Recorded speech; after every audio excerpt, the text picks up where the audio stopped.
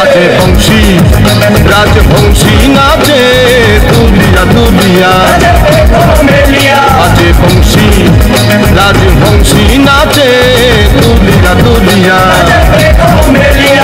বাংলাদেশের আঞ্চলিক ইতিহাস সংরক্ষণের অন্যতম মাধ্যম হলো লোকসঙ্গীত। ইতিহাস, ঐতিহ্য, সংস্কৃতি চর্চার মাধ্যমে এগিয়ে নিতে সঙ্গীত হলো তার অন্যতম মাধ্যম।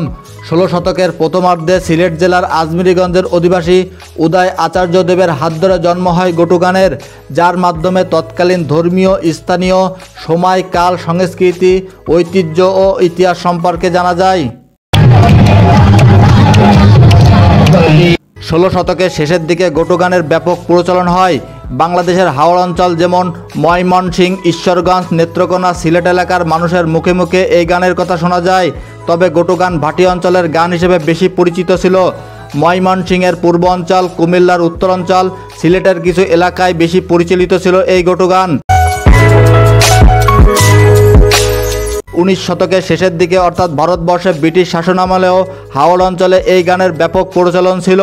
ঘটু গানের নামের উৎপত্তি সম্পর্কে সর্বসাধারণের মুখের প্রচলিত কথা সম্পর্কে জানা যায়। ঘাটে ঘাটে নৌকা ভিড়িয়ে এই গান গাওয়া হতো বলে এই গানের নামকরণ হয় ঘটু গান। ঘটু মূলত একটি চরিত্র। এই গানের পরিবেশনার মূলে একজন কিশোর বয়সী ছেলেকে ঘটু হিসেবে ব্যবহার করা হতো। দর্শকদের আকৃষ্ট করতে ঘটু ছোকরার মাথায় লম্বা চুল রাখা ছিল বাধ্যতামূলক। সেই ছেলের চলন বলন ছিল মেয়ালিপনা। তারা গানের আসরে উঠত রং বেরঙের খাবলা পরে। গানের শেষের দিকে সেই ঘটুর গায়ে শাড়ি ব্লাউজ পরা দেখা যেত। দর্শকদের আকৃষ্ট করতে ঘটু ছেলেরা মেয়েদের মতো অলংকার পরত, পায়ে ঘুঙ্গুর বাঁধত। তাদের এমন যুবতী স্বরূপ, রূপ লাবণ্য, সুরেলা কণ্ঠ, পোশাক পরিচ্ছেদ, অঙ্গভঙ্গি ও নৃত্যই ছিল দর্শকদের মূল আকর্ষণ। ঘটু গানের প্রবর্তক উদয় আচার্য দেবের মৃত্যুর পর এই গানের সাধন পদ্ধতি সম্পূর্ণ বিকৃত হয়ে যায়। 20 শতকের শেষের দিকে এই গানের মধ্যে রীতিমতো অশ্লীলতা ও কুরুচিপূর্ণ হয়ে ওঠে। এলাকা ভেদে এই ঘটু ছোকরাদের বেচাকেনা ও বন্ধকপত্তন দেওয়ার প্রথা চালু হয়। ঘটু শিশু কিশোরদের প্রতি যৌন কামনা পোষণের আগ্রহী বিত্তবানরা, বিশেষ করে জোরদার প্রমুখ, এই শিশু কিশোরদের যৌনসঙ্গী হিসেবে পাওয়ার জন্য তাদের বেচাকেনা ও লালন পালন শুরু করে।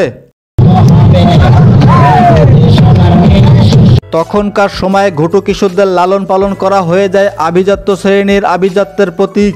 এক সময়ে ঘটু কিশোরদের বিষয়টা সামাজিকভাবে স্বীকৃতি পেয়ে যায়। সেই সময়কার হিসাব অনুযায়ী পরিচালিত কথা ছিল, ঘটুপালা আর বউপালা একই কথা।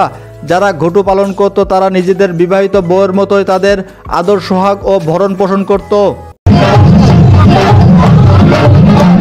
বাংলাদেশের জনপ্রিয় কথাসাহিত্যিক ও চলচ্চিত্রকার হুমায়ুন আহমেদ এই ঘটু গানের ইতিহাস ও তথ্যকথ্যের উপর ভিত্তি করে 2012 সালে মুক্তিপ্রাপ্ত হয় বাংলাদেশি চলচ্চিত্র ঘটুপুত্র কমলা।